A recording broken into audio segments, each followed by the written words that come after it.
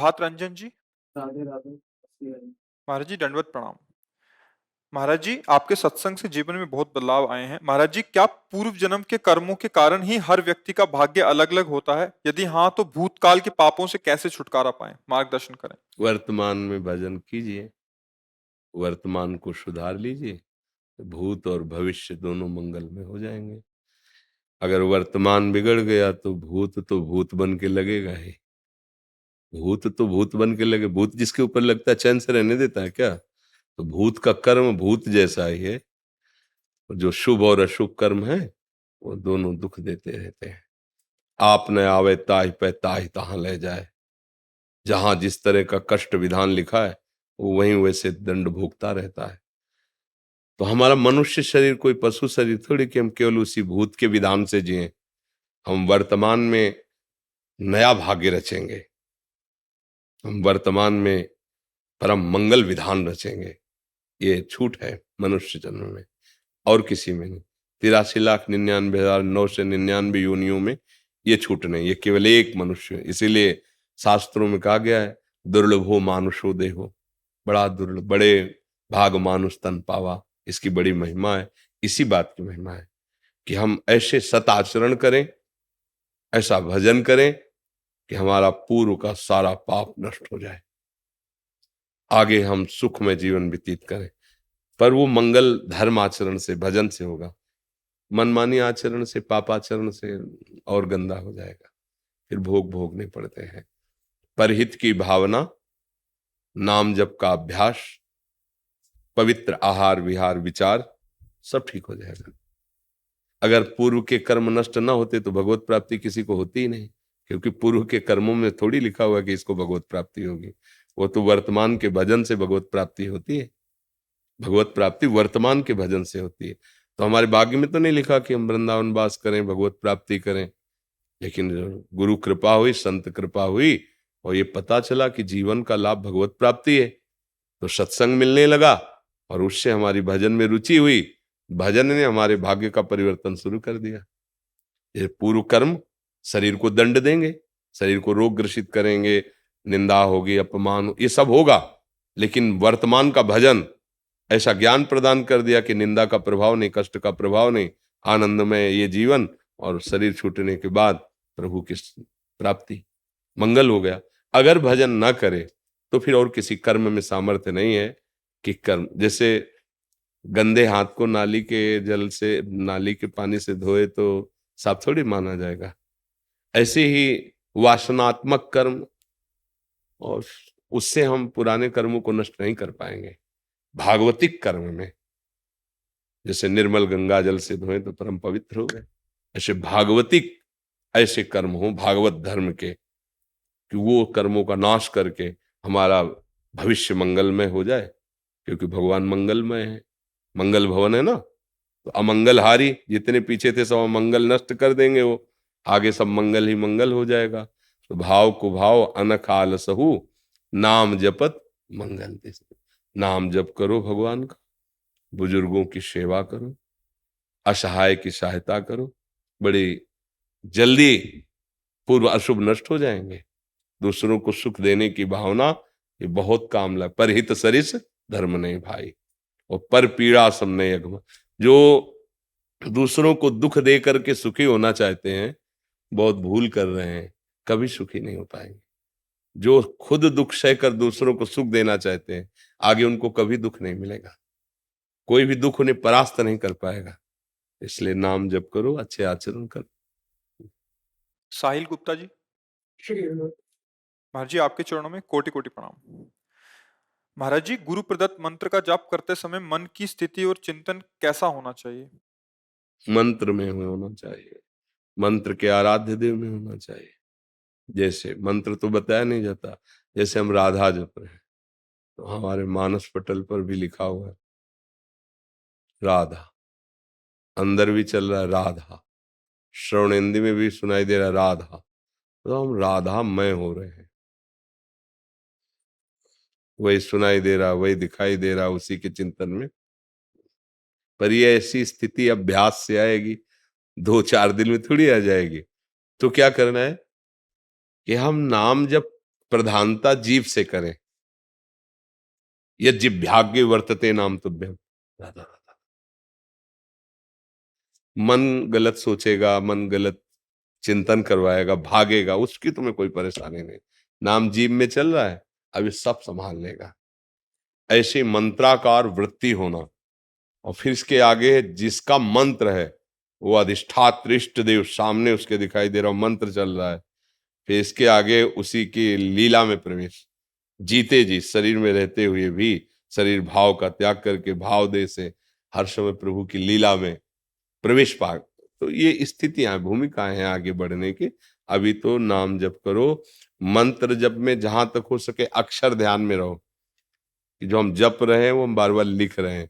बड़ा कठिन है, पर अभ्यास में अगर 10-20 मंत्र भी ऐसे जपने लगे, से संख्या पूरी करो, 10-20-50 मंत्र तो ऐसे जपने का अभ्यास करो, धीरे धीरे एकाग्रता आपकी बढ़ती चली जाएगी। फिर मंत्राकार वृत्ति, मंत्राकार वृत्ति होता है कि स्वाभाविक मंत्र चल रहा है, जो चल रहा है उसी को हम देख रहे हैं, उसी को सुन रहे हैं। ये बहुत जल्दी भगवत साक्षात्कार कराता है, पर ऐसा होना कठिन है। 2-4 मंत्र चलने के बाद भाग जाएगा संसार में मन। नहीं, बार बार खींच के लाओ, उसको अभ्यास करो। जब खींचोगे तो जलन पैदा करेगा, और अगर संत संग नहीं तो जलन सह नहीं पाओगे, फिर कोई पापाचरण हो, फिर अरुचि हो जाएगी। ऐसे ही होता है। और अगर संत संग है और बचा ले गए तो बढ़ता चला जाएगा, फिर तो कहना ही क्या है। पर प्रायः बढ़ना मुश्किल हो जाता है, क्योंकि जो हमारी अंदर वासनाएं होती हैं, जब हम परमार्थ में चलते हैं तो उन वासनाओं की छूट हो जाती है। जो चाहते हो सामने आने लगता है, भोगो इसे। अगर भोगा तो जो भजन है वो रुक गया, वो अरुचि हो गई। न यहाँ आने का मन होगा, न भजन करने का मन होगा। और देखो जिनकी पापात्मक रुचि है, पापात्म भाव है, वह यही रुचि है। और जो सच्चा मार्ग का प्रतीक, 4 दिन की जिंदगी यार संभाल के चल लो, किसी को दुख न पहुंचे, कोई पाप न हो, कोई गंदा नशा न हो, सबको सुख पहुंचाए, भगवान का नाम जप करें, अच्छे आचरण करें, वो ये सोचता है। दोनों की सोच अलग हो जाती है। तो ऐसे गाढ़ भाव से धीरे धीरे मंत्र में लगने की चेष्टा करो। नीरज शर्मा जी, कोटि कोटि प्रणाम महाराज श्री। महाराज जी, मैं राम कथावाचक व फरीदाबाद से विधायक हूँ। मेरे पास किसी समस्या के लिए एक पक्ष आता है और मुझे उसकी मदद करनी पड़ती है, तो क्या दूसरे पक्ष के साथ अन्याय है? ये आपको देखना पड़ेगा कि जिस पक्ष का आप संग कर रहे हैं वो धर्मयुक्त है, वो हमारे भागवतिक संविधान से ठीक है, वो हमारे राजकीय संविधान से ठीक है। अगर ठीक है तो हम पक्ष लेते हैं, इसको बता देते हैं कि आप हमारे पास आए हो, हम उत्तम सलाह देंगे, पहले आप अपने आचरणों को सुधारिए, फिर हम आपको सपोर्ट करेंगे। अगर आचरण हमारे राजकीय विधान के प्रतिकूल है या शास्त्रीय विधान के प्रतिकूल है तो हम आपका सहयोग नहीं कर पाएंगे। अगर अधर्म का पक्ष देंगे तो फिर आपका सहयोग नहीं होगा, अधर्म में सम्मिलित हो रहे। आप हमारे पास आए हो, अगर आप, हमें लगता है कि जिस बात का आप सहयोग मांग रहे हो वो शास्त्र सम्मत है और हमारे राज्य की विधान कानून के अंतर्गत है, क्योंकि आपने एक पद का नाम लिया, तो ये राजकीय विधान से सम्मानित पद है। जितने भी लोग आपकी सेवा में आते हैं उनमें ऐसा आपका व्यवहार है जैसे एक घर का बड़ा बुजुर्ग अपने बच्चों से प्यार करता है। वैसे जितना आपका क्षेत्र है उस क्षेत्र का धर्मी अधर्मी पापी उत्तम अधम सब आपके प्यार और दुलार और शासन तीनों के अधिकारी हैं।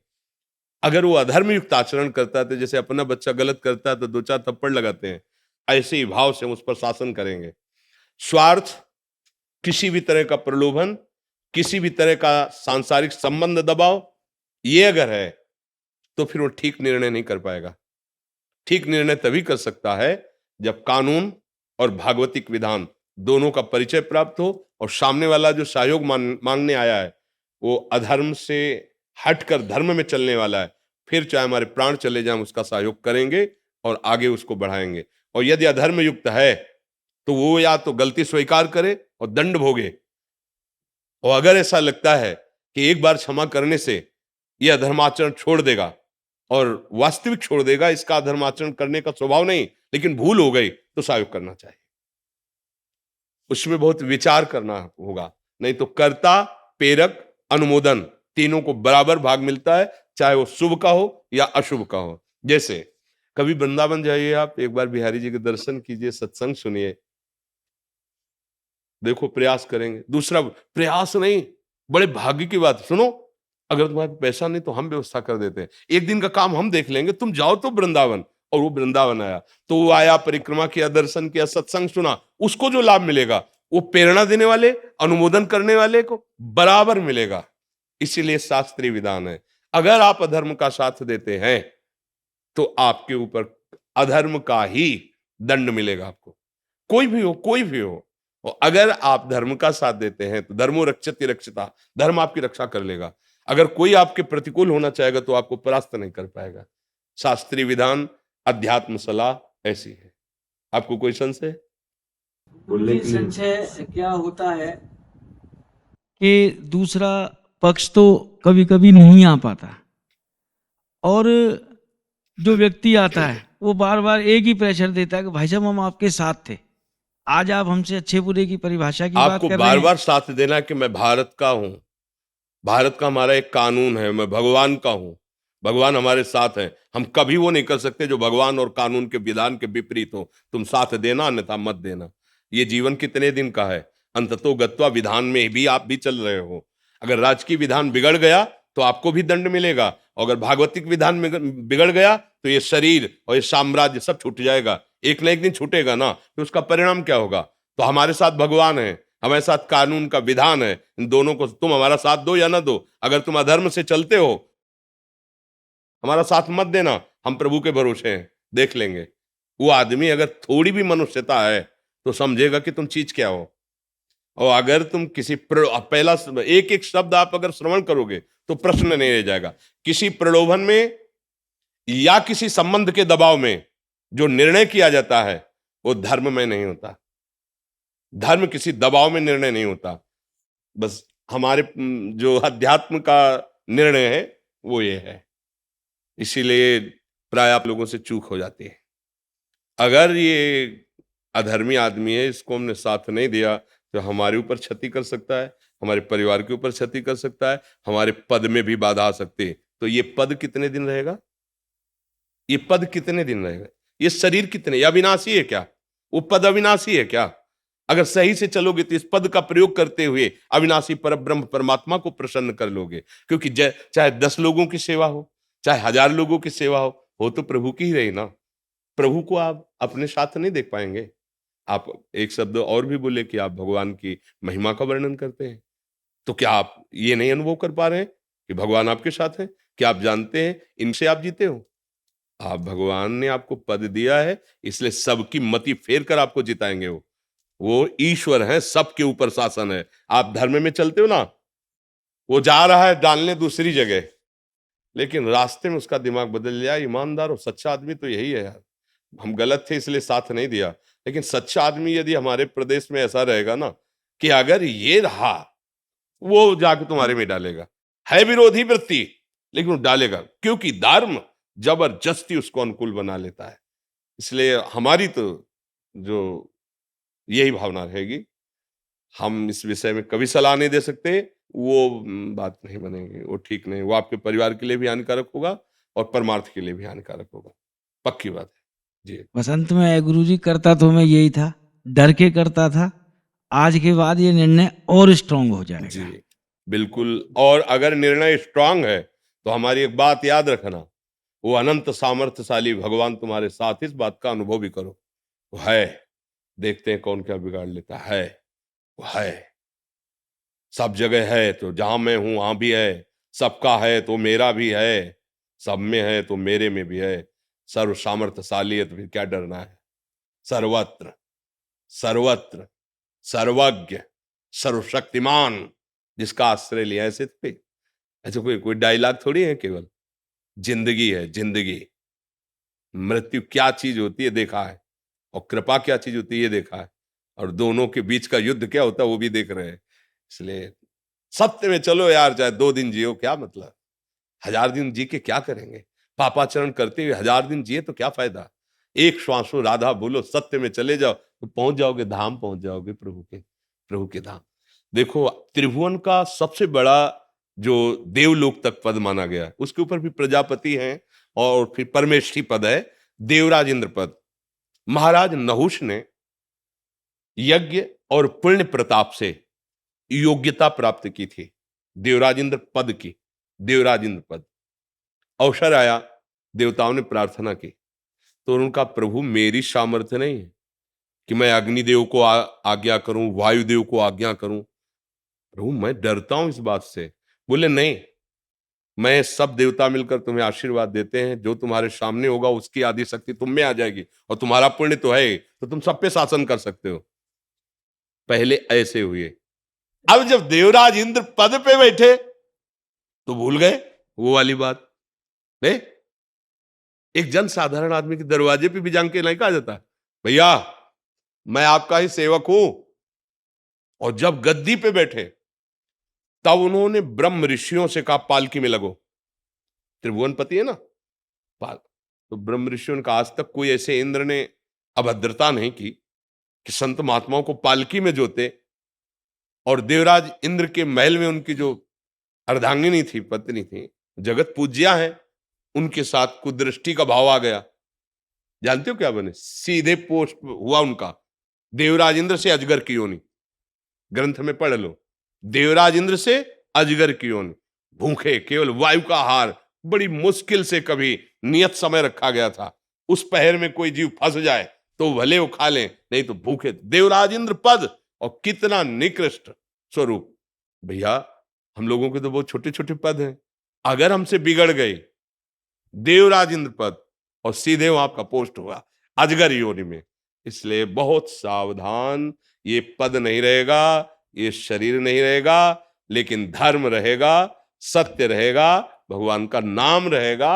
हिम्मत रखो, जिस दिन मरना है उसी दिन मरना है, जिस दिन जो होना है उसी दिन होना है, उसके लिए चिंता क्या करना। हरि शरणम हरि शरणम। हमारी तो एक ही बात समझ में आती, तेरे किए सब होगा, और तू नहीं चाहेगा तो कोई कुछ नहीं कर सकता। इसलिए मैं निर्भय हूं, निश्चिंत हूं, निशोक हूं। केवल वाणी की बात नहीं होती, ये छाती की बात होती है। हाँ, अनुभव करो, तुम्हारे अंदर बैठा हुआ है। 5 वर्ष के प्रहलाद जी हैं, हिरण्यकश्यप जैसा दुर्दांत त्रिभुवनपति। अब कहां तेरा हरि, कहां तेरा हरि? बांध दिया खंबे, कहां तेरा हरि? इस खंबे में भी है, तेरे में भी है, जिस तलवार से मारना चाहता है इसमें भी है। अच्छा, इस खंबे में हरि, घूंसे का प्रहार, महान बलशाली। ऐसा भगवान का रूप ना कहीं पुराणों में लिखा था, न वेदों में लिखा था, न किसी ने, किसी महात्मा ने ऐसी भावना भी नहीं की थी। एक अलौकिक रूप, और ऐसी दहाड़ मारते हुए निकले कि तलवार ढाल गिर गई, मूर्छित होके गिर गया। भगवान का अपने 5 वर्ष के भक्त प्रहलाद के लिए भगवान ने वो अद्भुत रूप, कोई देवता ऐसा नहीं था जो कांप न रहा हो भगवान के रूप को देख के। और इतने सुकुमार, इतने सुंदर भगवान, इतने आवेश में ऐसा नरसिंह रूप। वही भगवान हमारे भी है, वही भगवान आपके भी है। डरना क्या है? जो होगा हमारे कर्म का फल, अगर भगवान भगवाना चाहते हैं तो वो चाहे जैसे चलो भोगना पड़ेगा, फिर डरना क्या है? बहादुर की बात चलो धर्म में, तो हमें लगता है यहां भी मंगल होगा और वहां भी मंगल होगा। अधर्माचरण न यहाँ सुख देता है, ना परलोक में सुख देता है। नागेंद्र वर्मा जी, राधा वल्लभ श्री महाराज जी आपके चरणों में कोटि कोटि प्रणाम। महाराज जी मेरा एक संशय है, महाराज जी हम रुपया ब्याज पर देते हैं, यही काम से हमारा परिवार का खर्च और बाकी सब चलता है, लेकिन अब मन में आपका सत्संग सुनकर थोड़ी विचलता आ रही है कि ब्याज का पैसा कहीं हमारे लिए पाप का साधन तो नहीं बन रहा, हमारी गति बैंक क्या के हो? ब्याज से तो लाखों लोगों का जीवन चलता है, चलता है। प्रायः जो देखने में आता है कि लाखों लोग, करोड़ों लोग बैंक के ब्याज से अपना जीवन निर्वाह करते होंगे, कि जो कि जैसे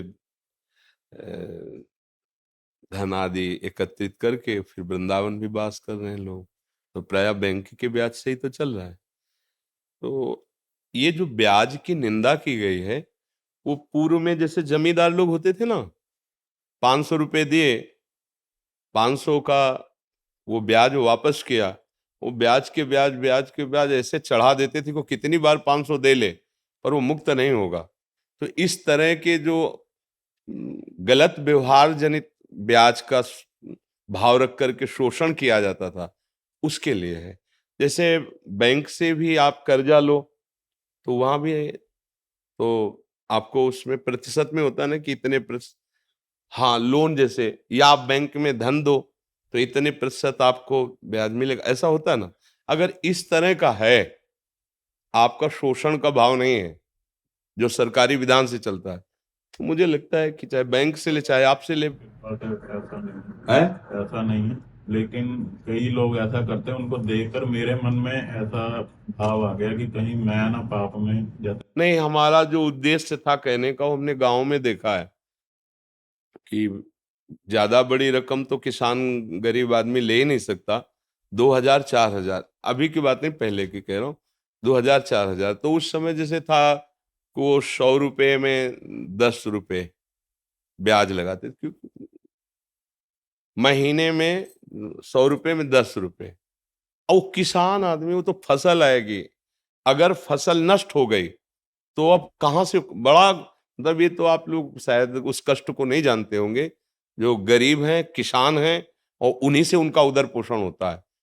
अब वो कुछ पैसे ब्याज के दिए पर पूरे तो दे नहीं पा रहे, तो कितनी बार वो 500 रुपये पहुंचा दिए, 1000 रुपये पहुंचा दिए, थोड़ा थोड़ा करके, लेकिन वो ब्याजे नहीं, मूल तो ऐसे ही जमा है, फिर उनको उनकी खेती हड़पते, उनको कष्ट देते, वो महान दुखदाई है। एक नियम है सरकारी हिसाब से, जैसे तो आप जो प्रतिशत, खुली बात है, इतने प्रतिशत ब्याज इसका है, जहां तक हो सके सौहार्द रख करके उसको, उसका सेवा का भी काम बन गया, आपका भी काम चल रहा है। शोषण वृत्ति अगर है तो फिर वो हानिकारक रहेगी। शोषण वृत्ति अब जैसे किसी ने लिया था और दूसरे दिन उसका काम हुआ नहीं और उसी को वापस करने गए, तो उसने पूरा हिसाब लगा के कहा चाहे आज दो चाहे 1 महीने बाद दो, ब्याज तो तुम्हें पड़ेगा ही। अब उसको जो 200-300 रुपए ब्याज के थे बहुत भारी पड़े थे, और वो बेचारा के रख लिया। अब जब वो लाही चना कुछ भी पैदा होगा बेचेगा, तो अब वो पैसे लिए थे, काम नहीं हुआ, वो वापस करने गया, अब ब्याज के पैसे उसके पास कहाँ तुरंत, अब नहीं है ना, अब उसको कई महीने लगेंगे फसल आने पे, अब वो उनका हिसाब बढ़िया बन गया, तो फिर ये हानिकारक होता है। अब तुरंत जैसे समझ में आ रहा है ना कि गांव का है, हमारे अमुक आदमी है और उसका जिस काम के लिए था नहीं हुआ, वो वापस कर रहा है, तो इस पे फिर लोभ नहीं करना चाहिए। इसमें हाँ ठीक है, कोई बात नहीं है, महीना 2 महीना हो गया तो फिर उसका ब्याज उचित ले लीजिए। अगर कोई ऐसा लगता है कि ब्याज नहीं दे पा रहा है, तो भाई थोड़े दिन के लिए आप हमारा मूल वापस कर दो, हम क्षमा करते हैं ब्याज, ऐसा भी व्यवहार कर लेना चाहिए। तो उससे भगवान देख रहे हैं ना, उससे मंगल, शोषण वृत्ति का निषेध किया गया है। कमल जी पंजाब से। महाराज जी राधे राधे। महाराज जी शरीर तो भक्त जल्दी बन जाता है पर मन जल्दी भक्त नहीं बनता, जिस वजह से प्रभु प्रेम का आनंद। किसका है प्रश्न?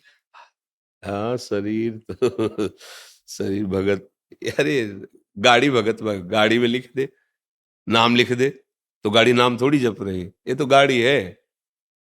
बात तो अंदर की है, जो ड्राइवर उसमें बैठा हो वो क्या कर रहा है। ये शरीर एक रथ की तरह है, गाड़ी की तरह है, शास्त्रों में वर्णन किया गया है। शरीर एक रथ है, इंद्रियां इसके घोड़े हैं, मन इसकी लगाम है, बुद्धि इसका सारथी है। अगर बुद्धि निश्चय कर ले तो लगाम कड़ी रखे तो घोड़े सतमार्ग में ही चलेंगे, तो रथ सुरक्षित रहेगा। मन को प्रभु में लगाने के लिए तो हम सत्संग करते हैं, सुनते हैं, नाम जप करते हैं, शास्त्र स्वाध्याय करते हैं, पवित्र आहार करते हैं, फिर मन आ जाएगा काबू में। अगर गंदा भोजन होगा, गंदे लोगों का संग होगा, गंदी विचारधाराएं, गंदी क्रियाएं, कभी मन को आप शासन में नहीं ले पाएंगे। अच्छे आचरण पहले कीजिए, अपने को बलवान बनाइए, अपनी बुद्धि पवित्र कीजिए, नाम जप कीजिए, अच्छे आचरण, बुजुर्गों की सेवा, दूसरों को सम्मान देना, तो आपकी बुद्धि में बल आएगा, वो मन को खींचेगी, मन इंद्रियों को खींचेगा, सही मार्ग में चल देंगे। अब अभी क्या है, विषय ने इंद्रियों को बस में कर रखा है, इंद्रिय मन को अधीन कर लिए और मन बुद्धि को, पूरा सिस्टम उल्टा चल रहा है।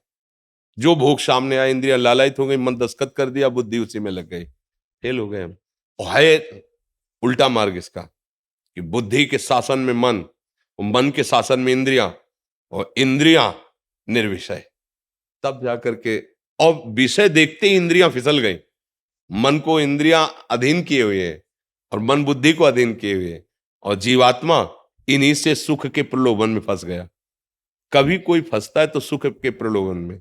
सुख स्वरूप जीवात्मा सुख सिंधु भगवान को भूल करके मन बुद्धि इंद्रिय इनके भुलावे में आके विषयों में लग गया है। तुम्हें बड़ा सुख मिलेगा ये देख लो, तुम्हें बड़ा सुख मिलेगा ये खा लो, तुम्हें बड़ा सुख मिलेगा ये भोग लो। तो वो गलत सलाह होने के कारण वो इन्हीं में राजी हो। अगर वो अपने में जाग जाए कि ये तो गलत है, ये तो हमको दुख दे रहे हैं और हमको सलाह देते हैं सुख की, फसाद, बस यहीं से साधना प्रारंभ, और इसी को तो साधना कहते हैं। अब डोरी वो खींची, अब जलन पैदा हुई, मन बदमाशी करने लगा, जलने लगा, उसको सह जाओ। जो सह गया तो महात्मा, और टूट गया तो फिर विषय। सहना पड़ेगा। सहत सहत बाढ़े भगति गृह तन गुरु हितगार। अगर सहोगे, नाम जप करोगे, पवित्र आचरण करोगे तो धीरे धीरे मन तुम्हारा साथ देने लगेगा। मन न साथ देता तो तुम यहाँ आते क्या? मन ने तो साथ दिया ना, मन ने ही तो साथ दिया, तभी तुम पकड़ पा रहे हो मन को, तभी तुम उसकी कमी बता पा रहे हो। इसका मतलब कुछ तो साथ दे रहा है, एकदम खिलाफ नहीं है। अब उसको धीरे से हमें फुसलाना भी है और डांटना भी, दोनों कार्य करने हैं। अगर ज्यादा डांट दोगे तो नहीं संभाल पाओगे, और ज्यादा फुसलाओगे तो भी नहीं संभाल पाओगे। कभी कभी उसके अनुसार भी चलना पड़ता है। मन कह रहा है कि आज यार चाट और ये ऐसे ऐसे, हाँ ठीक है, अगर पैसे हैं हम खरीद लाते, प्रभु को भोग लगाते और पा लेते। अच्छा देखो तुमने कहा था हम ले आए, अब चलो 11 माला नाम जप करो।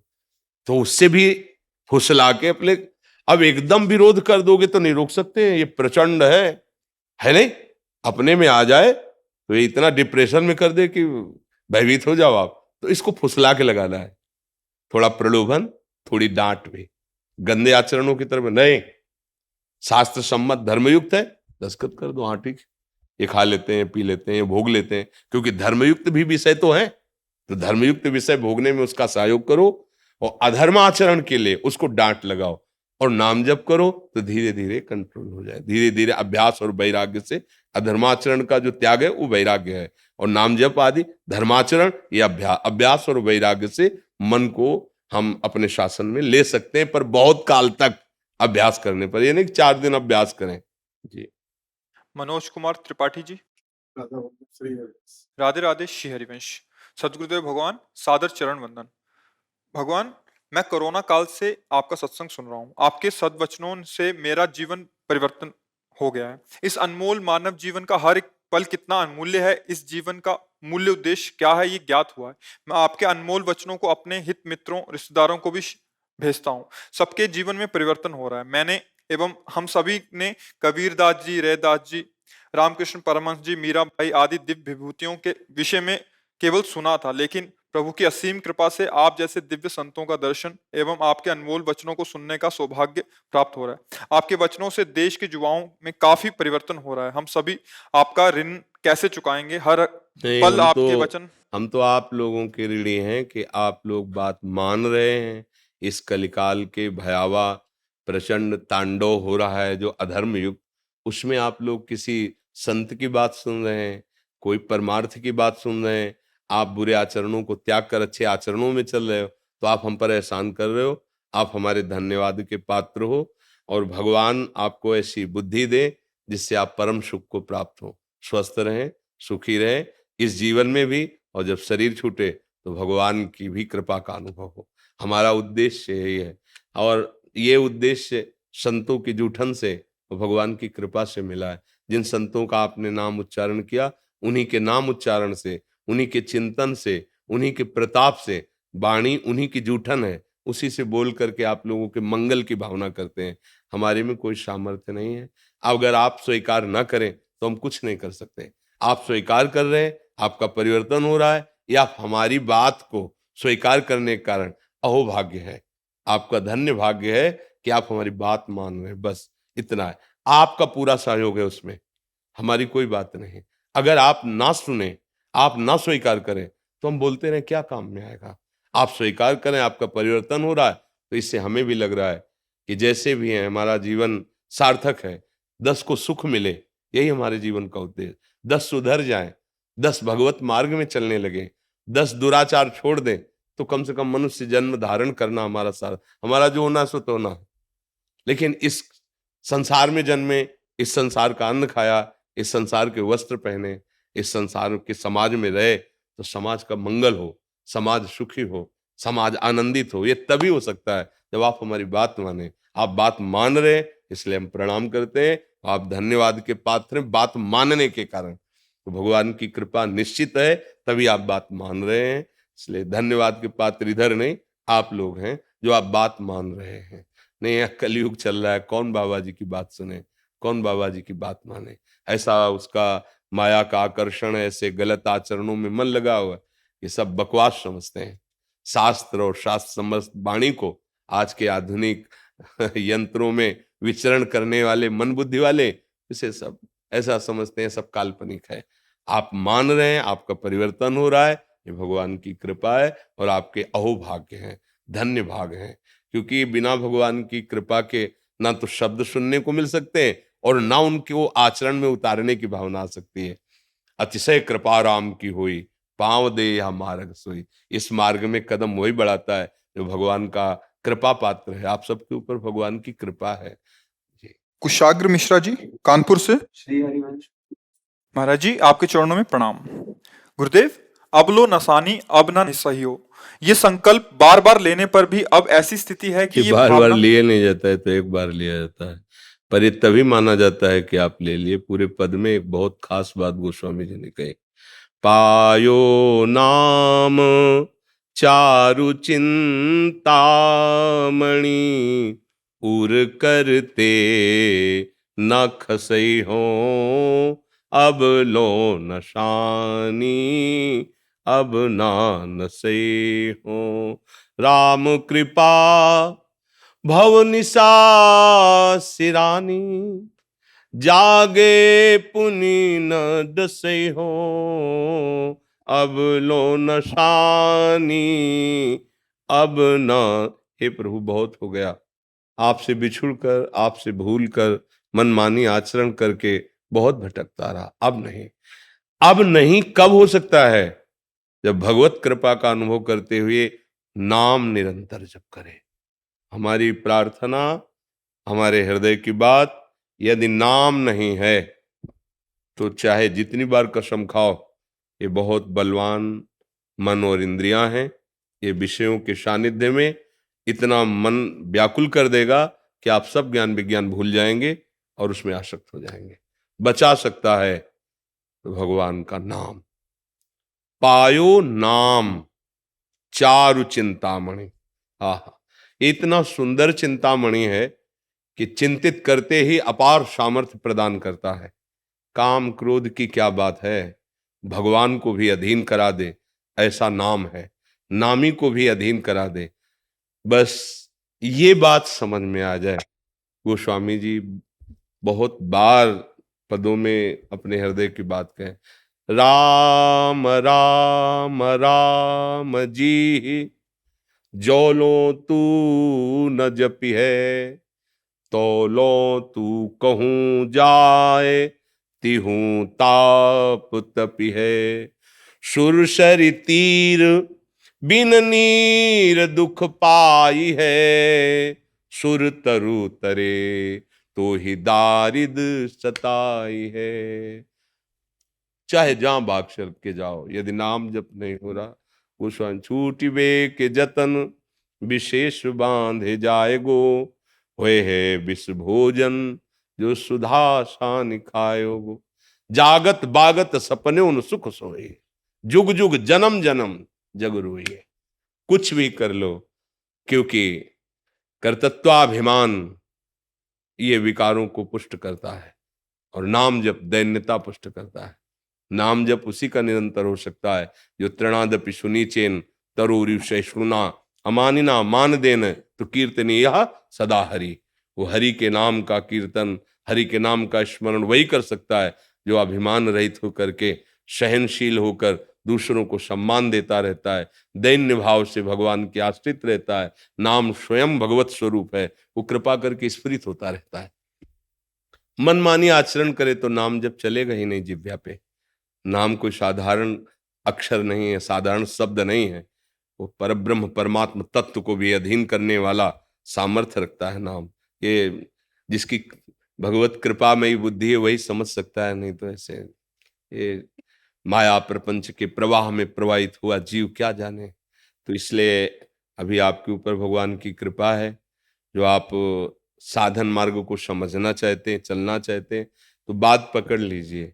जब तक नाम नहीं होगा तब तक निष्कामता नहीं आएगी, और निष्कामता के बिना शांति, प्रेम, ज्ञान ये सब केवल बातों में रहता है।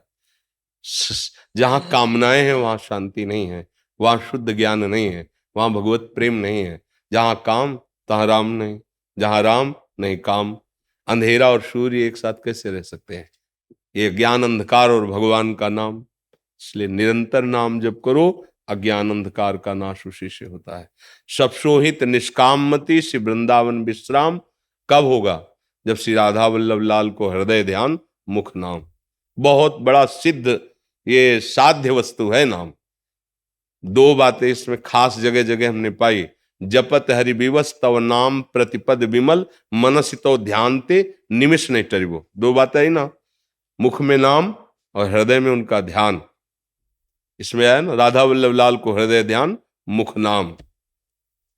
जानकी जी अशोक वाटिका में नाम पहारू दिवसनिस और ध्यान तुम्हार कपाट। दो चीजें।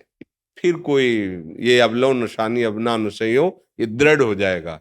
और जब तक ये इस बात पर ध्यान नहीं देंगे तो कसम खाओगे, 2-4-10 दिन सही चलोगे, फिर प्रमाद स्थिति अपना अवसर ढूंढ लेगी।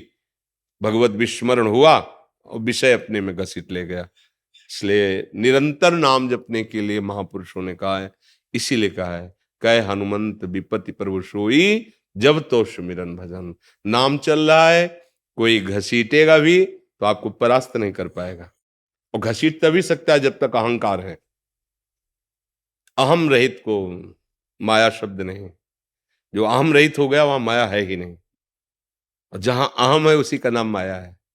जड़ चेतन ग्रंथि पड़ गई यद्यपि मृषा छूटति कठिन। नाम जप करो, भगवद आश्रित रहो, तभी दृढ़ निश्चय होगा। दृढ़ निश्चय के लिए कुछ दुर्लभ नहीं है, कुछ दुर्लभ। अरे ये सब बहुत बड़े अरे बड़े विकार खा जाएंगे, नष्ट कर देंगे, ये छोटे बच्चों को डरवाने के लिए है, सुजान जनों के लिए नहीं।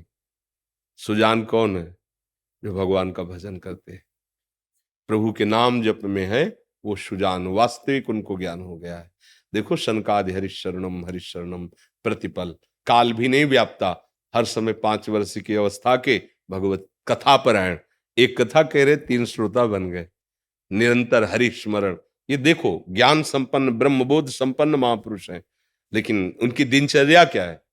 तो ऐसे ही हम घर गृहस्थी के कार्य करते हुए भी प्रभु का नाम आराम से जप सकते हैं।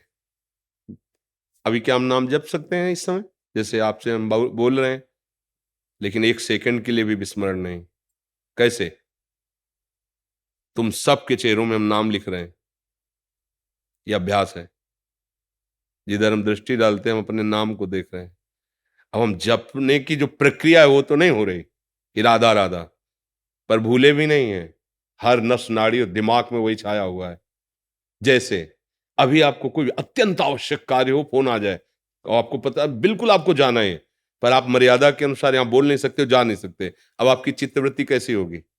आप यहाँ शांत बैठे दिखाई देंगे, लेकिन आपकी चित्तवृत्ति हर क्षण जा रही होगी। ऐसे ही उपासक की हर क्षण वृत्ति हो, कहीं भी हो, प्रभु की तरफ जाती रहती है।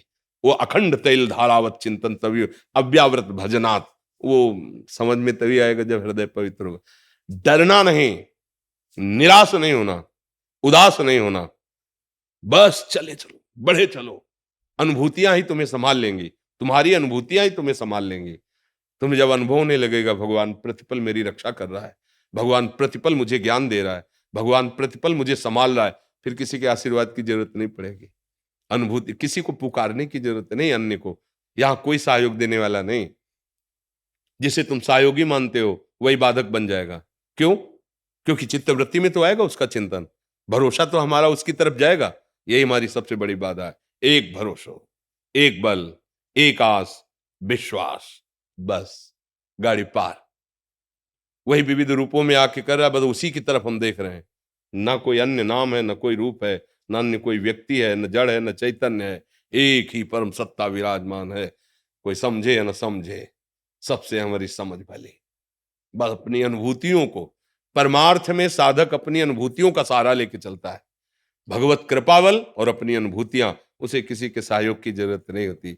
हर क्षण अनुभूतियां उसको आगे बढ़ाती रहती है। संसार में मायाग्रस्त जीव को भी भगवान की कृपा होती है, पर वो विस्मृति के गर्त में पड़ा है, तो भगवान की कृपा का अनुभव न करके अहंकार का पोषण करता है, इसलिए उसे समझ नहीं पाता है। उपासक प्रतिपल बड़ी सूक्ष्मता से प्रभु की कृपा का अनुभव करता है, उसके कदम अध्यात्म की तरफ बढ़ते चले जाते हैं, किसी के सपोर्ट की जरूरत नहीं होती।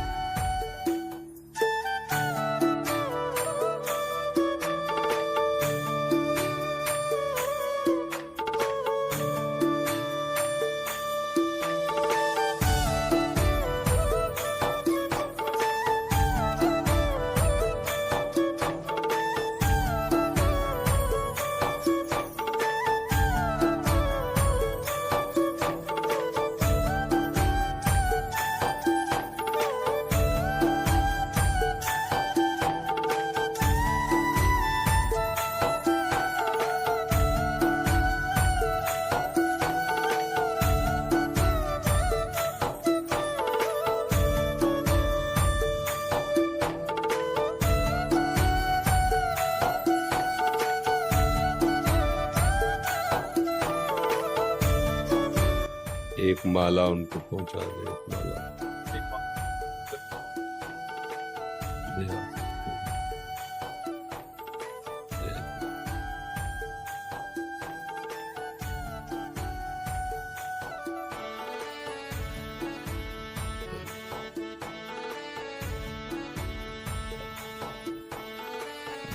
ऐसे बच्चों की मुक्ति। चिंता मत करो, देखो कितने भाग्य श्री जी के धाम आए, संत दर्शन कर रहे हैं। यदि इनको नाम जप ना भी कर पाओ, नाम सुनाया जाए। सुनता भी नहीं है ना, सुनता है ना, दिखता है, दिखता भी नहीं। नहीं बोलता भी नहीं। तो एक काम हो सकता है, रज स्पर्श तो शरीर में हो सकती है वृंदावन की, थोड़ी रज ले जाना, रोज लगा दिया करो। एक ढक्कन चरणामृत बिहारी जी या राधा वल्लभ जी के मंदिर से ले लो, चरणामृत पक्का है। अकाल मृत्यु हरणम सर्वव्याधि विनाशनम श्री कृष्ण पादोदकम पीत्वा पुनर्जन्म न विद्यते। प्रभु का चरणामृत और यो ब्रह्म रुद्र शुक नारद भीष्म मुख्य रालक्षितो न सहसा पुरुषस्य तस्य सद्यो वशीकरण चूर्ण मनंत शक्तिम तम राधिका चरण रेणु मनुष्य मरामी। श्री जी की चरण रज, वृंदावन की रज और लाल जी का चरणामृत, और दोनों प्रयोग कराओ। भले नहीं देख पाता, नहीं सुन पाता, उसका निश्चित कल्याण हो जाएगा। बात मान लेना। रोज दवा की तरह चरणामृत और थोड़ी रज लेके ऐसे लगा दिया। जीव का पर्व वो भाग्यशाली है, किसी कर्म के वशात हुआ। देखो हमारी लाडली के धाम में आया और दृष्टि में आया है, और आप उसके कल्याण के लिए पूछ रहे हैं, और ये दो विधान निश्चित समझो आप, ठीक है।